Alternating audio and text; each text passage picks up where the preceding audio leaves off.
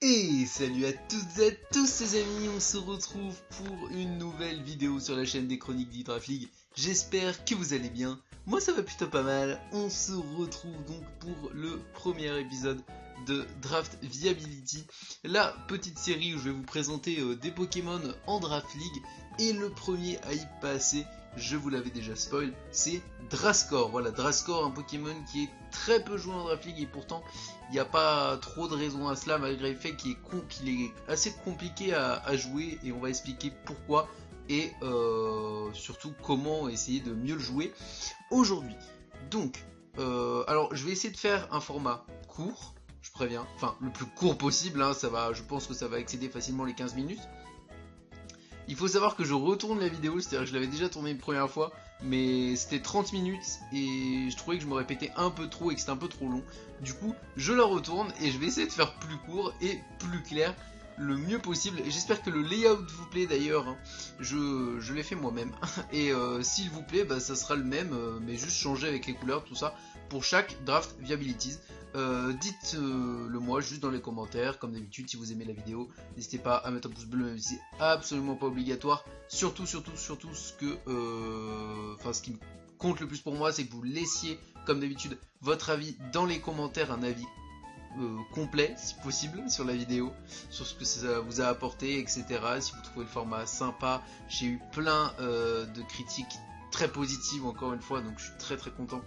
Que ça soit des petites propositions d'amélioration ou quoi, vraiment c'est génial.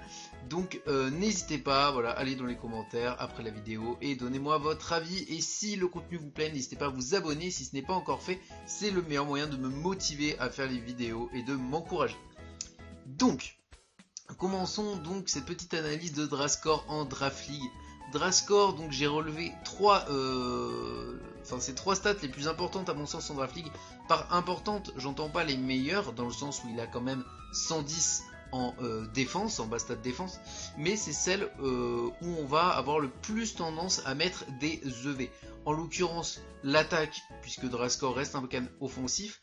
Malgré 90 d'attaque, c'est pas énorme hein, pour un Pokémon censé être puissant, mais vous allez voir qu'il a de quoi compenser. Il a 95 en speed, donc ça c'est plutôt une bonne base vitesse en Draft League. Ça permet de speed taille avec Lucario il me semble, Arcanin. Ensuite bah, ça dépasse pas mal de choses, tout ce qui est 80 de vitesse, ça dépasse Escadrille, ça dépasse Gyarados, ça dépasse Axorus aussi, Darumacho c'est speed taille il me semble. Donc voilà, c'est quand même une base vitesse correcte en Draft League, hein. 95 c'est plutôt pas mal. Et 70 en PV, donc en général c'est un Pokémon qu'on va investir vitesse, attaque, et tout ce qui va rester on va le laisser en PV. Et des fois défense spéciale pour tenir un peu mieux certains Pokémon, mais la plupart du temps c'est vraiment ces trois stats qui vont être les plus importantes à investir pour rentabiliser au mieux votre Drascore. Drascore a 3 talents. Donc le meilleur d'entre eux pour moi largement c'est Sniper, qui va lui permettre d'avoir un set utilisant les coups critiques, donc ça on en parlera après. Donc Sniper ça booste la puissance de coups critiques, c'est à dire que déjà que ça fait très mal un coup critique, bah, ça fera encore plus mal, toujours dans l'excès. Et après, alors je sais plus le nom des deux talents, des deux autres talents, je sais que l'autre c'est Coq Armure je crois, et que du coup ça empêche justement de se faire crit. Et le troisième, je ne sais plus lequel c'est, je sais plus, mais je sais qu'il n'est pas très intéressant. Je sais plus, non, c'est pas S1, je sais plus ce que c'est. Bref, concernant maintenant le tiers de Drascore, on va parler des objets juste après. Drascore, et ça j'insiste lourdement, est un tiers 3 en Draft League, sauf excentricité du genre on lui rajoute je sais pas quel move, on lui rajoute on lui rajoute trou noir, on lui rajoute je sais pas quoi, parce qu'il y a des règles, enfin il y a des Draft League qui ont des règles un peu plus what the fuck ou permissives. S'il n'y a pas d'ajout d'attaque qu'il n'a pas normalement ou de trucs totalement abusés sur lui, je l'annonce, Drascore doit toujours être en tier 3. Jusqu'à, en tout cas, la 8G, on verra comment il sera positionné s'il y est. En tout cas, pour le moment, en 7G, c'est du tier 3 Drascore. Et j'insiste largement là-dessus. Parce que il a des stats trop faibles pour un tier 2. puisque tout simplement il n'a pas assez de bulk, notamment sur le spécial, on va en parler juste après, où il n'a que 75 de SPDF il me semble. Donc voilà, en vitesse, bon, c'est intéressant, mais c'est pas énorme, et l'attaque, c'est trop faible. Il a pas assez d'utilité. C'est pas un Pokémon que tu vas ramener assez souvent pour que ça soit rentable comme tier 2. Et comme tier 4, c'est totalement broken. Enfin, tu prends les 3 quarts des Pokémon tier 4, c'est des NU. Tu prendras score, non, c'est pas un NU, c'est un RU, et c'est pas pour rien. Parce que vraiment, par rapport à ces Pokémon-là, il y a quand même un cran d'écart. Voilà, donc... Fin de la parenthèse sur le tir de Drascore, on va parler maintenant justement de ce qui nous intéresse dans la vidéo, et c'est pour ça que j'ai décidé de faire cette vidéo sur Drascore, c'est son utilité en Draft League. Drascore, il faut savoir, c'est ce que j'appelle un mixed utility, donc il a plusieurs utilités, mais celle qui est le plus souvent retenue, et qui fait que Drascore n'est pas très utilisé en Draft League, c'est son utilité de sweeper. Voilà, le sweeper qui doit clean la game. Pourquoi? Parce qu'il a accès... Justement, on va en parler dans le move pool. Il a accès à Dance Lame. Donc ça en fait un Pokémon quand même assez violent. Avec un double stab très fort offensivement. Knock off plus Poison Jab. Donc c'est vrai que c'est quand même plutôt bon. Sans parler du set de coups critiques avec Sword Dance plus Tranche Nuit et Poison Croix qui vont avoir beaucoup de chances de coups critiques. Avec comme objet la Lentilscope qui augmente vos chances de faire un crit. Ce qui vous donne, je crois, alors, je vais pas me lancer là-dedans. Vous aurez, ça s'affichera peut-être à l'écran, le pourcentage de chance que vous fassiez un crit. Je crois que c'est 50%, à peu près. Ça doit être un truc comme ça. Dites-moi dans les commentaires si je me trompe, c'est pas grave, hein, j'ai pas vérifié, excusez-moi. Mais bon, vous avez un haut taux de coups critiques, et en plus, vos coups critiques sont boostés par Sniper. Donc c'est vrai que sous SD, ça devient un set quand même vachement intéressant. Avec Sabotage, voilà, qui est un des meilleurs stabs offensifs du jeu.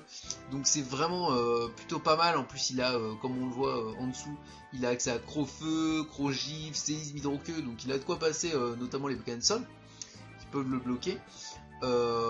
Puisqu'il est de type, d'ailleurs, je ne l'ai pas dit, mais il est de type Poison Dark. Bon, je pense que tout le monde le sait. Ce qui est d'ailleurs un très bon type en Draft League. Hein. C'est un excellent type qui ne partage qu'avec Macalola. Macalola qui est plutôt bon dans le format. Donc ça lui fait une immunité au type Psy, entre autres, qui est vachement cool, parce que le type Psy c'est très fort en Draft League. Une résistance Dark et une résistance Ghost, c'est vraiment fort, surtout celle Dark. En plus d'une résistance Poison, d'une résistance Plante, d'une résistance... Non, il n'a pas de résistance Insecte. Mais du coup, ça le rend très intéressant, notamment justement cette résistance Poison Spectre, vous l'avez compris, hein, c'est deux stabs de Gengar, donc c'est un bon... in à Gengar, disons, enfin, un bon in sur le papier, attention. Mais voilà, c'est vrai qu'il est très intéressant, il a en plus tout le move pool d'un Pokémon de type Ténèbres, avec Sabotage, Poursuite, Provoque, donc voilà, c'est un Pokémon très intéressant sur ce point-là. Et c'est vrai que quand on le regarde, on a l'impression que c'est un sweeper, voilà, avec du bulk physique, 110 c'est très bon, défensivement pour un Pokémon aussi offensif. Et en fait, c'est ce qui fait que Drascore n'arrive pas à être joué en Draft League. Parce que ce n'est pas un sweeper. Ça, retenez-le bien. Le seul moment où Drascore peut sweep, c'est s'il a un match-up indécent face à la draft adverse et que celle-ci est lente. Voilà, c'est le seul moment où Drascore aura vraiment de l'intérêt à sweep. Mais je vous avoue qu'il est excellent dans ce rôle à partir du moment où la draft adverse est vraiment weak à Drascore, mais vraiment à un point exceptionnel. Pour l'avoir vécu dans des séances de try-out, hein, Ig, si tu passes par là, je pense que c'est un souvenir dont tu te rappelles assez bien. Voilà, des try-out où, disons qu'on avait créé des drafts, et notamment une draft, il y avait un match-up où il y avait une draft Drascore qui humiliait littéralement l'autre, et je crois que les matchs, à chaque fois que les gens tombaient contre nous avec face à la draft Drascore, ils se faisaient clean H24 par Drascore, ils ne pouvaient rien faire. Et du coup c'était un peu un enfer de juger les tryouts parce que finalement ils se faisaient un peu tout sweep par Drascore. Donc c'était un peu compliqué sur certains tryouts. Bref, fin de l'anecdote. Mais voilà, Drascore pour moi c'est clairement pas un sweeper. C'est un Pokémon, alors son rôle c'est assez unique en Draft League, c'est pour ça que je voulais vraiment en faire une vidéo. Parce que le problème du sweep Drascore c'est sa défense spéciale. Puisque 75 en défense spéciale avec 70 en PV c'est ridicule. Et vraiment, il a beaucoup de neutralité. il a neutralité notamment, il a neutralité acier, la neutralité électrique, neutralité eau, neutralité insecte, neutralité combat, neutralité vol, neutralité fée, neutralité dragon. Donc voilà, ça en fait quand même pas mal. Et du coup, même si c'est pas super efficace, il suffit que ça tape sur le spécial et ça va lui faire directement très mal. Et puis vu que c'est un Pokémon qui va être investi offensivement en général, ça fera encore plus mal. Par exemple, c'est un Pokémon qui ne peut pas se setup face à Aquali, qui peut Scald, même Milotic, il peut avoir du mal à se placer dessus. Parce que c'est pas une force brute, même à +2, il va avoir du mal. Bien que ça soit un utilisateur de Zen-Move correct, même les Zen-Move, il a pas beaucoup de moves puissants de base en fait. Hein. Tu prends ses moves, je crois que le plus puissant des moves auquel il a accès, c'est Séisme. Ou non, je crois que c'est Séisme, ouais. Donc c'est pour vous dire quand même. En termes de puissance brute, hein, je parle même. Après, sinon c'est sabotage, mais bon. Voilà, c'est pas énorme en Zen-Move par exemple, hein, sabotage, vu que ça n'a pas la puissance doublée en Zen-Move. Donc voilà, c'est un Pokémon qui, face au Pokémon défensif, ne va pas pouvoir se setup, ce qui est quand même assez problématique. Parce que voilà, il n'y a même pas besoin de roar en fait, tu t'as une Scald, Scald qui est un des moves les plus répandus en Draft League, ça le détruit totalement. Donc c'est un énorme problème. Pareil, le type sol c'est un type très répandu, donc les séismes ça peut partir assez vite. Il a du mal, des Poké qui doit trap comme Latias Latios. Comment tu veux que Latias Latios il switch sur Drascore pour te permettre de mettre SD s'il te one shot avec Draco Meteor? Vous voyez le problème, c'est un peu ça. C'est qu'en plus il a pas assez de vitesse pour menacer assez les Pokémon offensifs qui peuvent d'ailleurs lui mettre une grosse prunelle.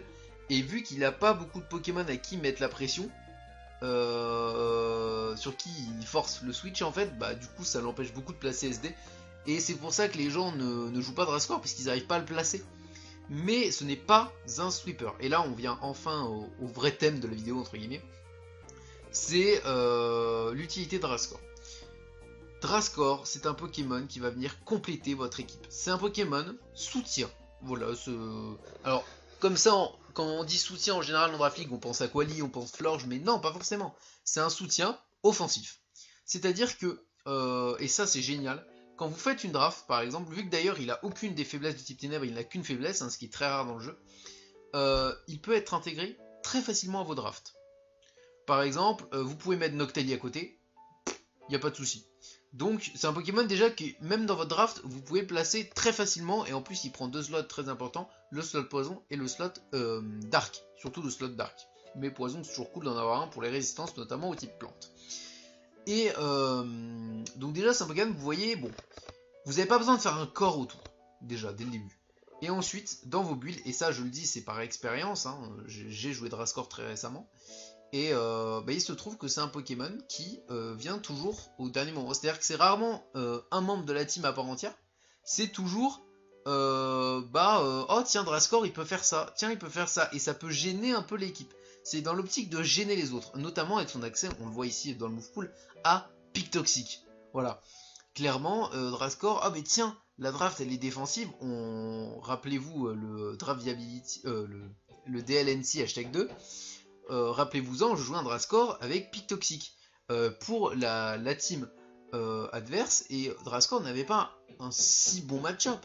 Mais le fait qu'il pose des Pic Toxic en plus, ça m'a décidé à le jouer.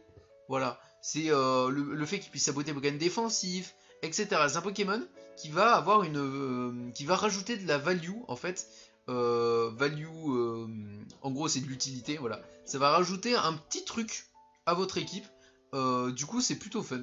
Voilà, c'est vraiment un Pokémon comme ça qui va arriver en 6ème, rapporter un petit truc. Et Drascore, il faut savoir, c'est un Pokémon qui va venir en fait faire chier beaucoup et être très situationnel.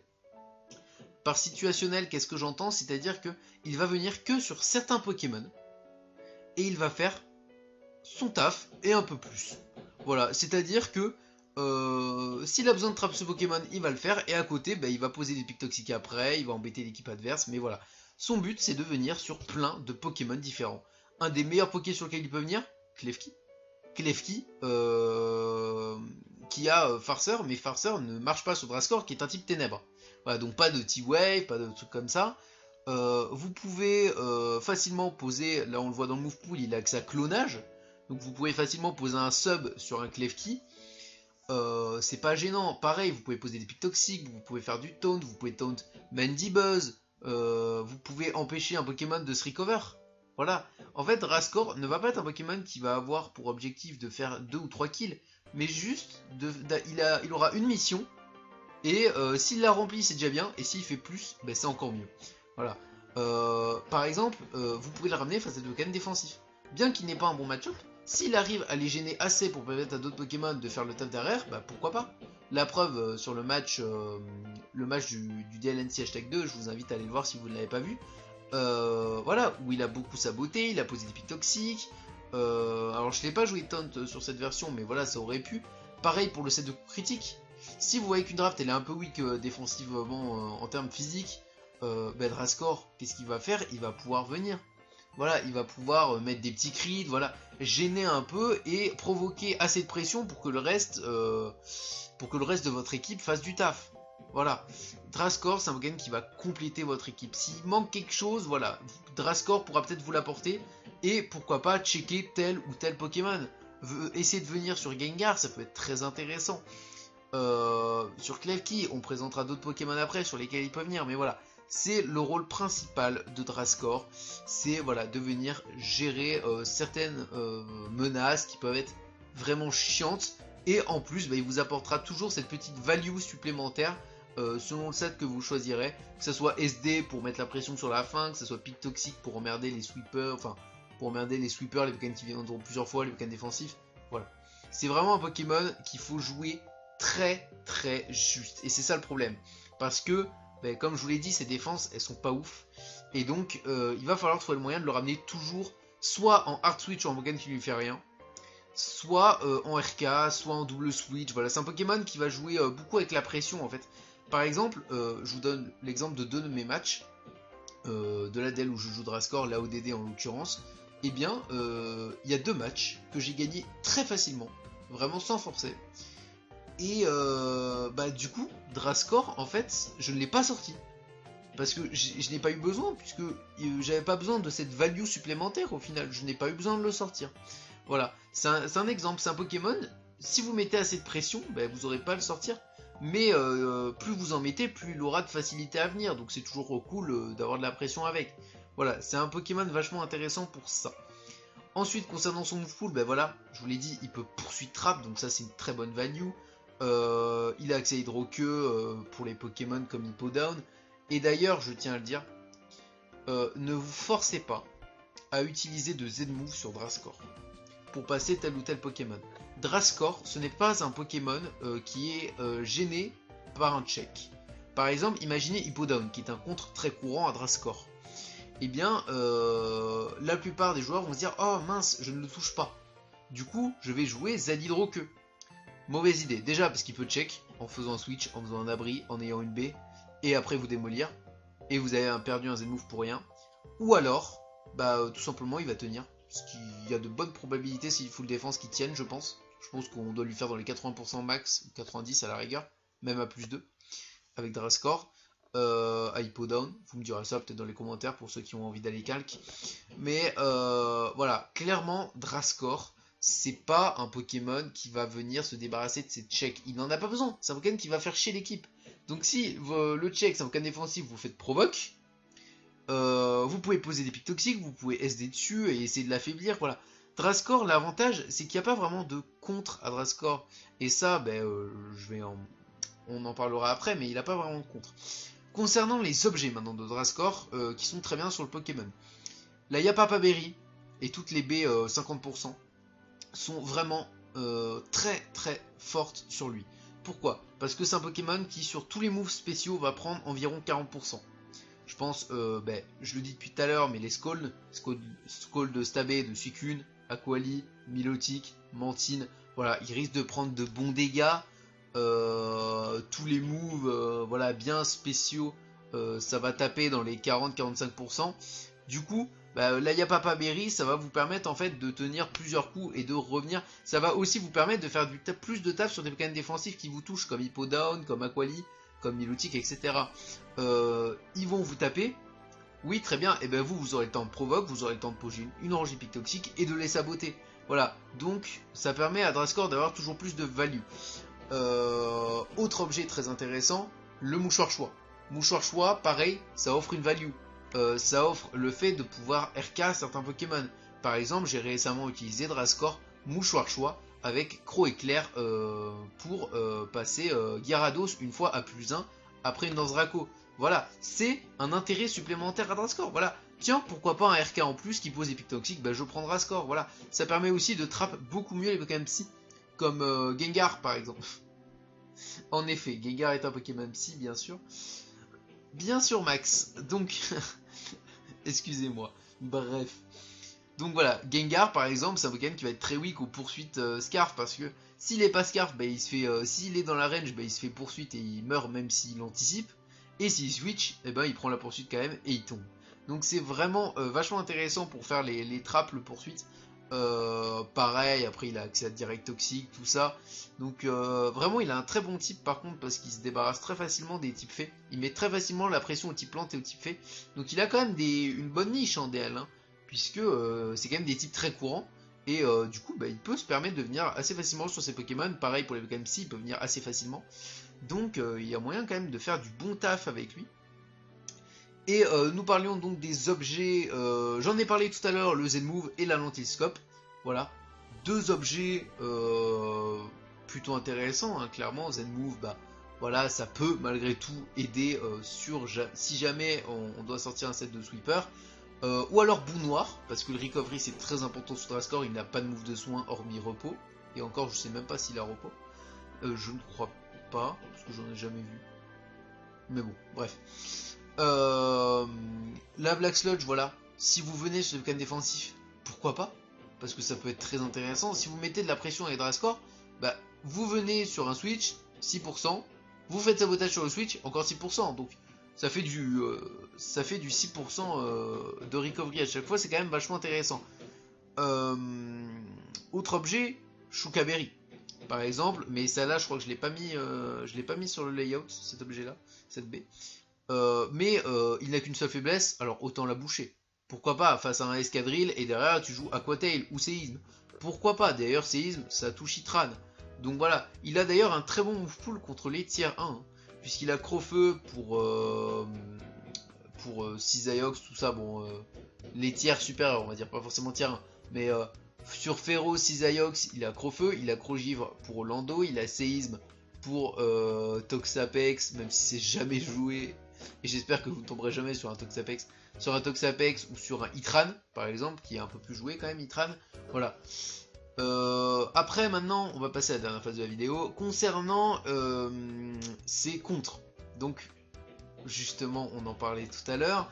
Il n'a pas de contre à proprement parler. Parce que c'est un Pokémon qui va être là juste pour faire chier, pour saboter. Donc, il s'en fout en fait d'avoir un contre. On va dire que les Pokémon qui sont très bons contre lui, c'est les Pokémon qui vont avoir du heal, qui vont bien taper et qui vont être très défensifs sur le physique. Je pense à Aquali, je pense à Milotic, je pense à... Et encore Milotic un peu moins. Mais je pense à Suicune, Aquali, Hippowdon. Voilà, c'est des Pokémon qui vont poser problème à Drascore. Mais au final, bah, c'est des Pokémon sur lesquels on peut toxique, on peut pic toxique, on peut provoque, on peut, bon peut-être pas clonage, mais on peut knock off notamment leur objet, on peut SD dessus pour leur mettre la pression et les empêcher de se soigner. Donc voilà, justement, Drascore il s'en fout un peu même des tweaks au Pokémon défensif. C'est pour ça qu'il a pas vraiment de contre. Et après, bah oui, il se fait un peu rouler dessus par tous les Pokémon offensifs à plus de 95 de speed qui tapent sur le spécial, voilà. Mais c'est un peu ce qui marche contre Drascore, mais il n'y a pas vraiment de contre, parce que Drascore c'est un Pokémon... concrètement, vu qu'il est juste là pour faire chier et apporter une value à l'équipe, concrètement c'est pas très gênant de pas avoir de check. Ensuite, c'est partenaires. Alors partenaires, les meilleurs partenaires Drascore c'est les Pokémon défensifs qui vont Wish, Heal-Bell. Voilà, tout simplement. Parce que c'est un Pokémon qui a besoin de recovery, donc sur du Wish c'est parfait. Vu qu'il a pas beaucoup de PV, ça va lui en rendre beaucoup. Et Heal-Bell, ça lui permet de venir tranquillement sur les Scald, sur les Will-O-Wisp, tout ça, et de venir faire chier. Et ça c'est super cool d'avoir un Drascore comme ça. D'ailleurs, pourquoi pas jouer Béprin? Je n'ai jamais eu l'occasion de jouer, je sais pas ce que ça vaut. On sait jamais, hein, sur une T-Wave, sur un Feu Follet, si vous n'avez pas de Heal-Beller justement, pourquoi pas jouer une Béprin aussi. Ça peut être un objet intéressant. Ok, les amis, petit problème. Excusez-moi. Donc oui, je disais, concernant les partenaires, aussi tous les types Psy. évidemment, puisqu'il va combler, il va venir facilement sur les Pokémon Spectre et Ténèbres. Donc les Pokémon Psy défensifs ou offensifs, c'est très intéressant, surtout s'ils ont du momentum. Donc là, je vais citer les 3 crés, Créfollet, Créelf, Créfadé, c'est des Pokémon très intéressants. Qui ont tous 3 du momentum, qui peuvent venir sur Drascore, et certains peuvent même faciliter son setup, si jamais le setup est très fort. Pareil pour Lando, Lando très très bon Pokémon avec Drascore, il comble parfaitement sa faiblesse sol, en plus du coup justement d'avoir ce momentum très très facile. Donc voilà, c'est les bons partenaires à Drapion, c'est essentiellement ceux-là. Et enfin, sur quel Pokémon Drapion peut venir safe, sur quel Pokémon le Pokémon, ce Drascore là est très fort. Alors Drascore c'est un des meilleurs contres du jeu à un Pokémon qui est vraiment compliqué à passer en Drafix, c'est Reuniclus avec Acide Armure plus Plénitude. Vraiment ce symbiose là, il se fait totalement ouvrir par Drascore parce que il la provoque et surtout il a le set coup critique. Donc s'il veut se placer Acide Armure, boum, tronche nuit super efficace coup critique qui ignore les boosts et ça dégage. Donc c'est vraiment un des meilleurs checks à Reuniclus du jeu, sachant qu'il peut venir facilement sur Psyshock si c'est un mono attaqueur. Il vient également très bien, je vous l'avais dit, sur Klefki. Donc Trousselin, c'est pas forcément le bon plan face à Drascore. Mesprit aussi peut avoir du mal, les 3 crés ont un peu de mal. Azelf un peu moins. Mais vraiment Créfollet et Créelf vont avoir plus de difficultés. Gengar, voilà, c'est un in pas trop mauvais à Gengar. Voilà. Donc c'est un Pokémon qui va avoir son utilité, qui va venir sur certains Pokémon. Et après, des Pokémon sur qui il met la pression, Rotommo, ou encore Florge. Voilà. C'est des Pokémon très intéressants à pressure avec Drascore, puisque c'est des Pokémon assez courants. Florge un peu moins que Rotom, mais on le voit quand même de temps en temps. Et du coup, le fait de pouvoir pressure le type fée comme ça, d'ailleurs, il dépasse Gardevoir aussi, qui est un très bon Pokémon de type fée. Gardevoir normal avec ses 95 de speed.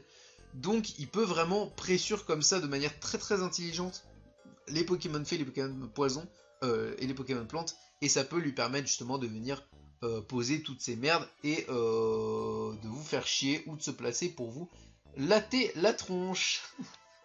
Voilà, en tout cas si je devais donner une note sur 10 à Drascore en termes de gameplay, on va dire, par gameplay j'entends la difficulté à le jouer, je vais lui donner un 6 sur 10, ou un 6,5, 6,5 sur 10, parce que vraiment c'est un Pokémon pas du tout évident à jouer, et c'est pour ça qu'il est très peu vu, parce que les gens, comme ils comprennent pas vraiment le rôle de Drascore et son intérêt, et qu'ils n'arrivent pas à le placer, et au final ils finissent par le délaisser. Donc voilà, vraiment 6,5 sur 10, c'est vraiment le maximum que je peux mettre parce que c'est un Pokémon vraiment dur à jouer pour des débutants. Bon, pour des confirmés ça va, mais il y a beaucoup de personnes, même de niveau moyen bon, qui ont du mal à le jouer, j'entends souvent ça.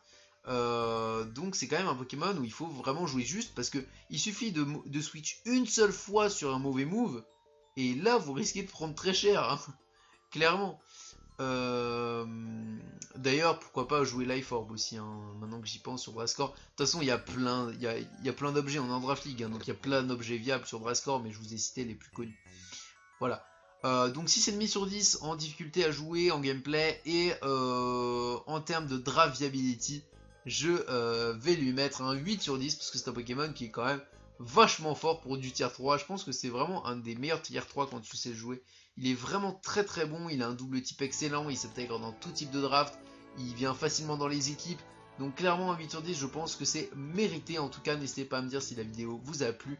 Oui, elle fait 30 minutes comme la première, mais je me suis beaucoup moins répété et je trouve que j'ai été beaucoup plus clair que la première fois. En tout cas, vous ne le saurez jamais parce que vous ne verrez jamais la vidéo. En tout cas, voilà, c'était un Max de Strat, j'espère que la vidéo vous a plu.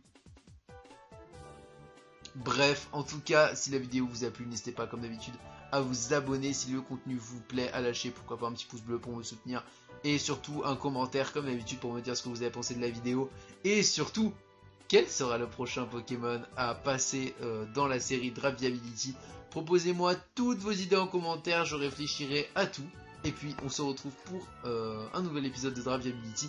Alors attention, si possible, alors vous en aurez peut-être un maximum avant novembre.